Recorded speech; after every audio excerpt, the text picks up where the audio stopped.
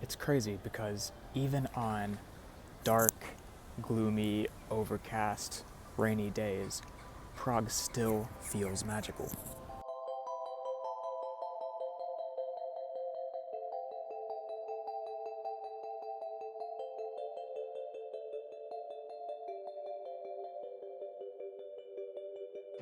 What's up, guys? Welcome back to A Sense of Travel.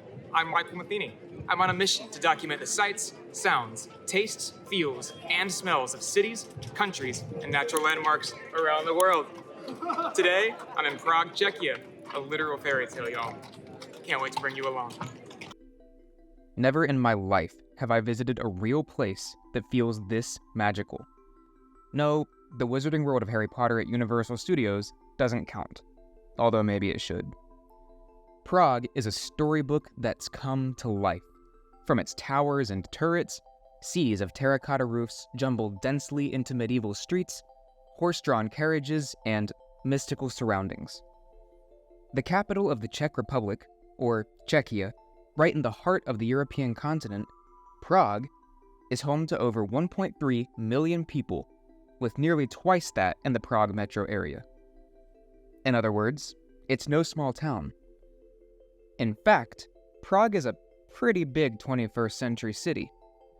How then, you might ask, does it still feel like stepping into the fantasy kingdoms of old? Well, today, my mission is to answer that question immersively by bringing Prague to you through all five senses, so that you can step imaginatively into a world where magic seems to hide behind every corner, where hearty pub food is front and center, where bats regularly join the birds in the sky, and where jazz dominates the music scene. Another form of magic indeed. As Albus Dumbledore once said, music, a magic beyond all we do here. Okay, I'm sorry, I'm not done with Harry Potter quotes, so you'll have to stick with me here. Let's dive into the Prague experience together. There are three key sections of the city we're going to dive into today: the Old Town, Lesser Town, or Malá Strana, and the New Town. Each of these areas brings its own unique vibe, flair, and, of course, spectacle to the table, and no one of them is any less fascinating than the other. It seems only fitting, however, that we start in the heartbeat of the city, the Old Town. If you've ever been to Disney World, then you know the sensation I'm about to describe. Stepping into Old Town Prague is like walking into the Magic Kingdom, albeit a far denser version. Large cobblestones blanket the winding, bright medieval streets, lined with 4 to 5 story buildings of old European Baroque, Gothic, and Art Nouveau architecture, each adorned with decorative windowsills, lanterns, wooden doors, and rickety signs.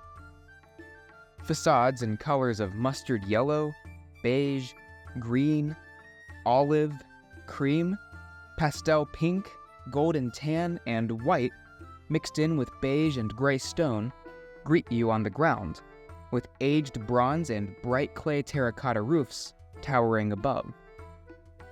Below the Praguers living in flats above the streets are shops that range from souvenirs to jewelers to restaurants to mini markets. Breaking up the dense streets are large blocks dominated by beautiful churches that just wind in seamlessly. Occasionally, squares that squeeze into the slithering streetscape bear dining terraces and cafe seats. Most of the sidewalks are cobbled in contrasting shapes and patterns, which reminded me a lot of Lisbon, Portugal. Quite often, you'll find little passageways between streets that run through building courtyards, usually accompanied by even more shops and restaurants. As you imagine yourself strolling the cobblestones, imagine the sense of sweet perfumes, sweet pastries from the dozens of bakeries, and a bit of cigarette smoke. Here, in the heart of the Old Town, there are no cars, just people. And speaking of people, there are indeed tons of tourists. In the tight streets, the echoing voices and pumping music from the shops can be a bit noisy. So this is Old Town in the morning, and I think it's safe to say the Czechs are night owls. Now, that's not entirely a bad thing, because at this time of the morning, all you can hear are church bells chiming and people walking on cobbled stone. That's it. And every once in a while, a car goes by, and you're like, why is there a car? Because everything else is so peacefully quiet and serene. I love it. Have I said that enough? Prague's medieval old town sits on the old city square and boasts a truly magical little landmark, the oldest functioning astronomical clock in the world. Built into the side of the stone walls, on the hour, the magnificent astronomical clock chimes, but before it does, a small skeleton, symbolizing death, chimes the bells 12 times, reminding us somberly that death comes for everyone. As he chimes, the 12 apostles exit 2 small blue windows above the clock in procession. Inside the hall is beautifully preserved medieval mosaic work, a colorful altar, and mysterious old dungeons. It's quite hot in here, and it smells of old wood. The most exciting part, in my opinion, however, lies at the top of the bell tower. From above, Prague is simply breathtaking. The density and interwoven patchwork of terracotta rooflines, none of which are flat, is so visually stimulating. It looks like a literal postcard of a city, with hues of yellow, cream, white, and pink in the beautiful building facades. Stone towers and turrets poke out of the patchwork, with the misty green hillsides surrounding Prague sitting in the mystical backdrop, dominated on one side by the sprawling Prague Castle and Petrin Tower, both of which we'll visit soon. From up here, you hear church bells chiming and hundreds of crowding pedestrians in the old town and square below, and you feel the comfortable summer's breeze wafting up scents of smoked meat, rotating in one of the market stands down below. Did you know Prague was known for their jazz clubs? Me either. Jazz is a huge part of Prague's soundscape, and, as such, a visit to the cool, stone, underground Hearty Jazz Club was a necessity. Cool in more than one way, the small, dimly lit, dungeon-like club is filled with the sounds of smooth jazz, the scent of musty old carpet, and the taste of a crisp, fresh pint of Pilsner Urquell. Our next phase of the adventure takes us to Malá Strana, or Lesser Town. But, before we get there, we must span Prague's most famous crossing, the Charles Bridge. Completed in the 1400s, this medieval bridge, bookended by 2 towering medieval stone gatehouses topped with multiple turrets, is the main pathway between the old town and Malá Strana. Blanketed with artists, tourists, and large Baroque statues, the bridge spans Prague's wide, deep brownish-green Vltava River, which, on sunny days, is absolutely loaded in boats. Wafts of fresh water blow over the bridge with the soft breeze. Picturesque views of Prague's lush, green hillsides, dominated by the magnificent Prague Castle and the dense patchwork of buildings, palaces, chateaus, and tower spires, mean that the Charles Bridge is full of a lot of cameras and a lot of selfie sticks. There's also a bit of a line outside one of the Baroque bronze statues, but not quite for selfies with the Prague Castle. Touching the fallen priest on the St. John statue is meant to bring you good luck and a return to Prague, to which I would happily oblige. Perched up on the hillside, Malá Strana is just as fairy tale reminiscent as the old town. Boutique shops and medieval traditional Czech restaurants and pubs line the cobbled streets in an atmosphere that feels as if it would blend right into the magic kingdom of Disney World. I'm not done with those analogies either. Scents of food from pubs and restaurants, sweet scents from the bakeries, and commercial perfumes from the shops fill the moderate, dry, and crisp air. A canal runs through Lesser Town into the Vltava River, and there's even a large, functioning wooden watermill. Even from the other side of the bridge on dark, cloudy, rainy days, Malá Strana's backdrop creates a magical sensation. It's crazy because even on dark, gloomy, overcast, rainy days, Prague still feels magical. The difference is, on days like today, you get more of a dark fantasy feel as you look out over the deep green hills and you see the towers and the turrets sticking out on the hillsides. You get this rather foreboding sensation, like you're in this gothic storybook and dark fantasy story. And so even in the gloomy, dark weather, Prague still feels magical. Malá Strana, true to its Disney World resemblance, feels as if it's a royal pathway leading to Prague's towering and majestic centerpiece, the Prague Castle. All right, largest castle complex in the world. You get one guess as to which one it is. Okay, yes, it's that one. Y'all, I can't wait to bring you inside of this place. I can't wait to bring me inside of this place. This looks amazing. There are so many incredible layers to the fortress, and it's clearly the key magnet attraction to tourists across the globe. My mission is to immerse you into the full five senses of a place beyond the photos, and, in honesty, the place is filled, in some cases, wall to wall, with swarms of bad tourists from all over the world.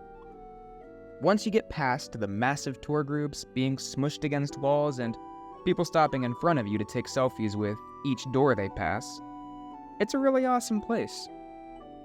The centerpiece of the Prague Castle complex is St. Vitus Cathedral, whose spires dominate the castle roofline. Gothic stonework adorns the impressive exterior, but the inside is even more impressive.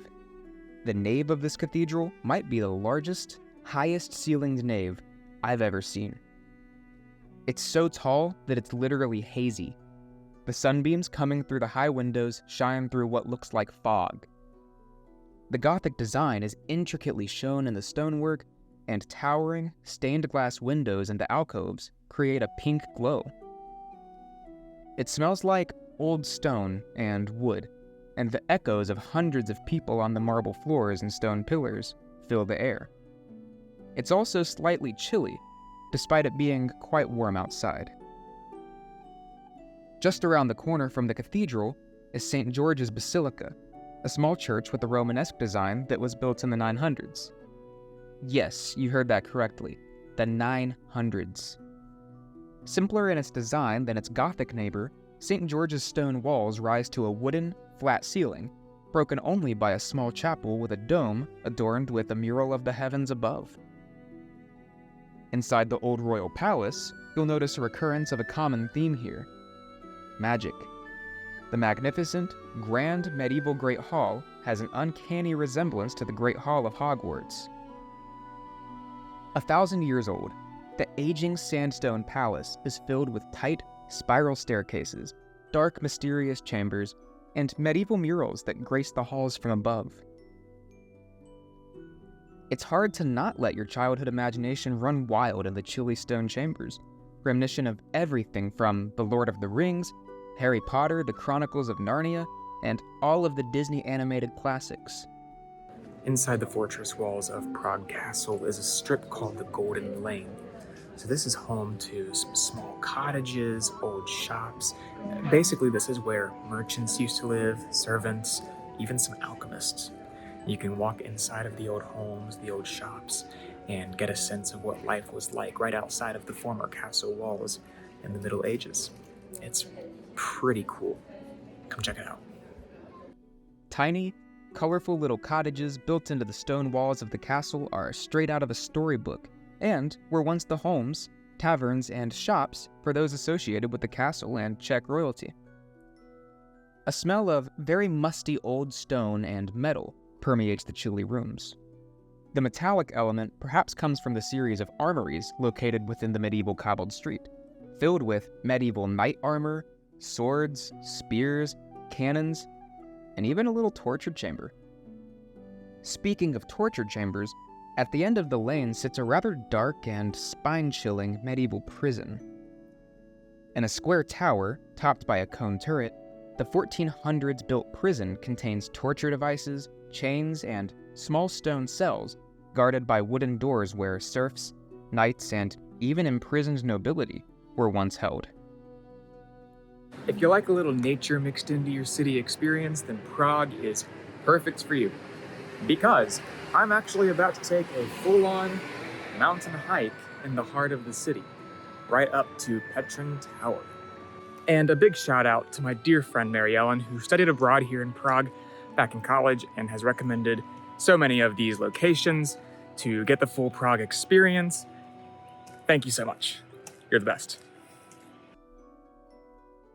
Malá Strana sits alongside the lush, green Petrin Hill, atop which is the Petrin Tower, an observation tower over the entire Prague Valley, meant to resemble the Eiffel Tower in Paris.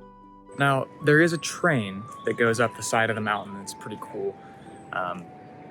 But I kind of like this better, because you can really sit in here and soak in the green, right? Like, it smells beautiful. You've got flowers and trees and bushes that all kind of create this very green scentscape.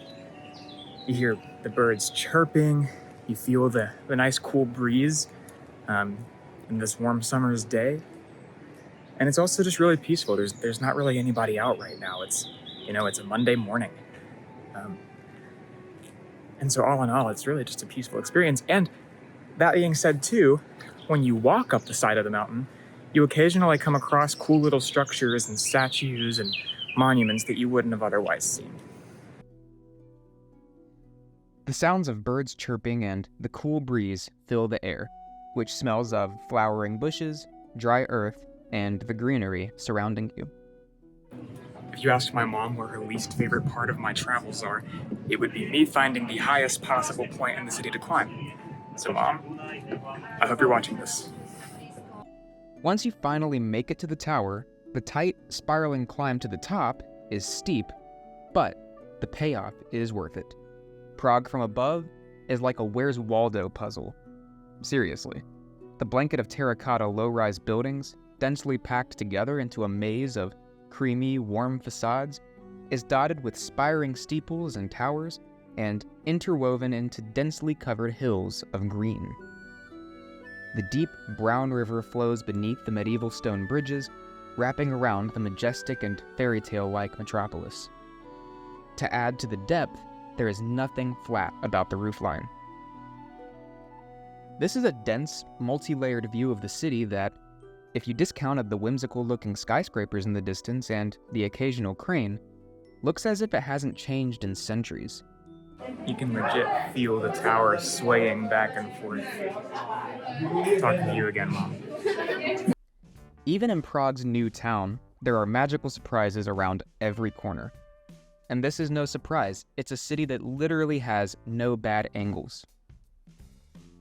The new town area seems a bit less touristy, and locals can be seen hanging out in the green hillside parks in the surrounding neighborhood. In the mornings and evenings, the soundscape in the new town neighborhoods even features an interesting element: bats screeching into the urban canyons alongside the chirping birds. Wenceslas Square is the largest and longest public square in Prague, and it almost seems to serve as the city's front lawn. A huge mall of hedges, flowers, benches, and little pop-up cafes runs down a sloping hill, lined on either side by 5 to 6 story Renaissance-style buildings with decorative rooflines, coated in paints of beige, pastel pink, and creamy yellow, alongside facades of concrete, stone, and modern glass.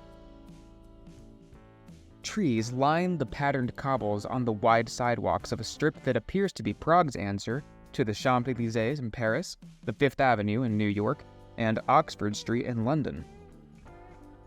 By morning, the plaza is filled by morning commuters to work, primarily on foot, alongside early tour groups. By evening, thousands of Czech locals and tourists alike flood the space. Red and white trams frequently cross through the plaza, and cars rumble along the cobbled streets, creating the only loud sounds in an otherwise peaceful atmosphere. Some of the architecture in the new town is a bit more modern, but by and large, this bustling part of Prague retains the city's tradition of absolutely gorgeous and ornamental buildings. It's okay to admit that you didn't really know what to expect when it came to the tastes that capture the Prague experience. I certainly had no idea what I'd be getting into.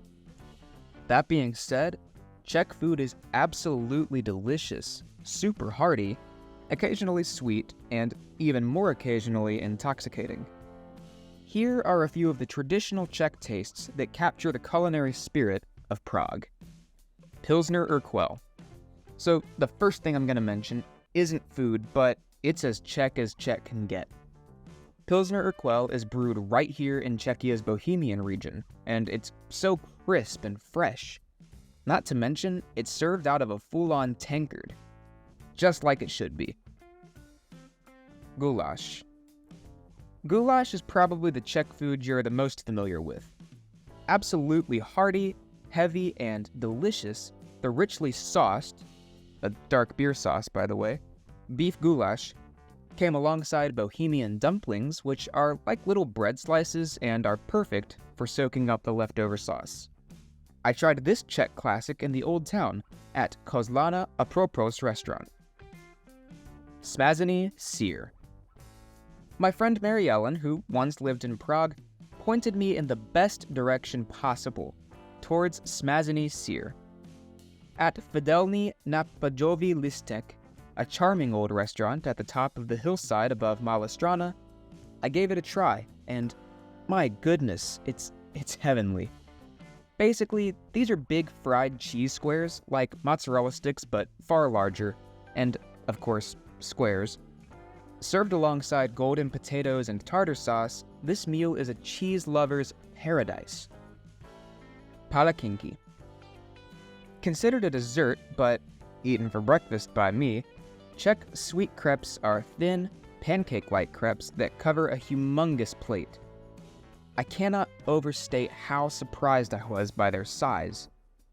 Mine, from Café Creperie Pod Vezi in Lesser Town, was filled with cooked cinnamon apple, caramel, raisins, and topped with a mint leaf. It was the perfect balance of sweet and minty, and with a strong coffee to accompany it was an unbeatable cozy rainy day brunch. Svitkona with dumplings. Another traditional Czech classic, this roasted beef is doused in a creamy vegetable sauce and topped with cranberries. The hearty, almost sweet beef dish almost has a sweet barbecue tang to it. Served alongside Czech dumplings, which, again, resemble small little slices of bread, I tried this in the lesser town restaurant of U Tri Jelinku. Grillované klobase. Czech cuisine wouldn't be conquered without trying grilled sausage. Now, in this case, the grilled sausage was part of an even larger plate of Czech meat, including grilled pork and chicken, alongside Czech potato pancakes, which are essentially hash brown patties, roasted potatoes, red cabbage, and kraut. Let's just say a pint of Pilsner Urquell was mandatory to wash everything down. You know those places that you visit that give you just this general sense of euphoria and happiness? For me, Prague is one of those places. Everything about this amazing city is mesmerizing and magical. As my Airbnb host remarked, you can live in Prague your entire life and still be enchanted by it. Thanks for coming along with me as I brought the 5 senses of the Prague experience to you. My hope today is that you were able to place yourself imaginatively into the whimsical, glowing, turreted, cobbled streets in a way that made you feel the magic of Prague alongside me. As always, thanks for watching. I'll see you next time.